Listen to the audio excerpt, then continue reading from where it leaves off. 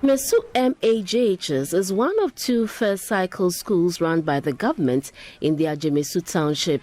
It has 203 students with a staff strength of 15, which includes a national service personnel. For 3 years running since 2017, the school had recorded 100% pass mark at the BECE and is the reigning champion of an inter-schools football gala.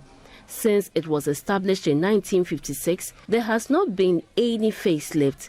The headmaster, Mr. Robert Jedu, said the school buildings previously had cracks in them. It had no ceiling and the roofs leaked whenever it rained. The doorknobs and the windows were also broken down. His office was unsecured because the door was without locks. For ICT lessons, the students took turns in badges using this laptop provided them by government in 2016. Currently, the school has no library, no sanitary facilities, and access to water. Adjacent to the Adjemesu JHS is the AME Zion B Preparatory School, whose pupils graduate to Adjemesu JHS. A 6-classroom block to run its own primary division, which was started under former President Kufuor's regime, has stalled. Community service is a part of the International Community Schools curricula. So, on Mondays, Steve and Stanley Dinkranketia would come to the Adjemesu JHS to teach the students. The two decided to refurbish the Adjemesu JHS and set up a fully furnished computer laboratory for the school as their legacy being in their final year. But for COVID-19, the initial plan was to build a new school block. They refurbished the building, installed in each class 2 ceiling fans, replaced the blackboards with whiteboards, and provided 182 mono desks. The head teacher's office was also upgraded. The ICT lab has 35 computers and ICT learning materials, a printer, a projector, and Wi-Fi service. At the inauguration of the project, the Municipal Director for Education, Mrs. Letitia Obing, acknowledged the investment by the Dunketia family and tasked the school management to ensure that the facilities are well maintained. This act of benevolence at this age is a good leadership trait, and the nation would be blessed to have you as statesmen. To me, a good leader is not only determined by performance when in an official position, but the deeds the person right from childhood.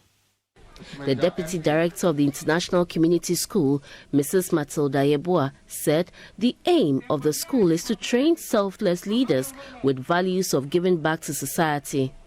The service projects are not just meant to give handouts or just build because the students come from rich homes, but to inculcate in them the value of giving back to society and sharing with people the blessings of life.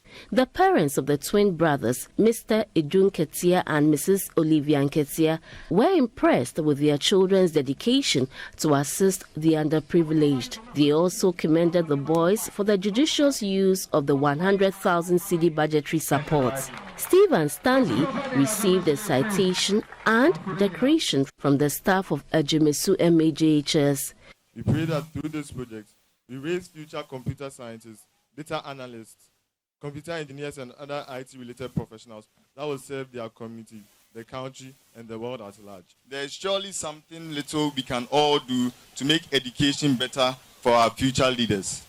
No one is too young or too old to make an impact in the lives of people. Prior to inaugurating the ICT lab, the chiefs and elders of the town hailed the gesture by Steve and Stanley Dinkranketia and appealed to the indigents of Adjemesu who have made it in life to contribute to the town's development. The students were relieved to have a lab which will aid in teaching and learning. I feel so happy because when there were no computers, we were suffering from learning ICT because there was only one laptop, and even the laptop, it was not good for us for all of us to see. The internet will help us to do research as well, and the research will help us in our learning. Steve and Stanley Dinkranketia have left their footprints in the sands of time, and their names will also be etched in the annals of the history of Adjemesu.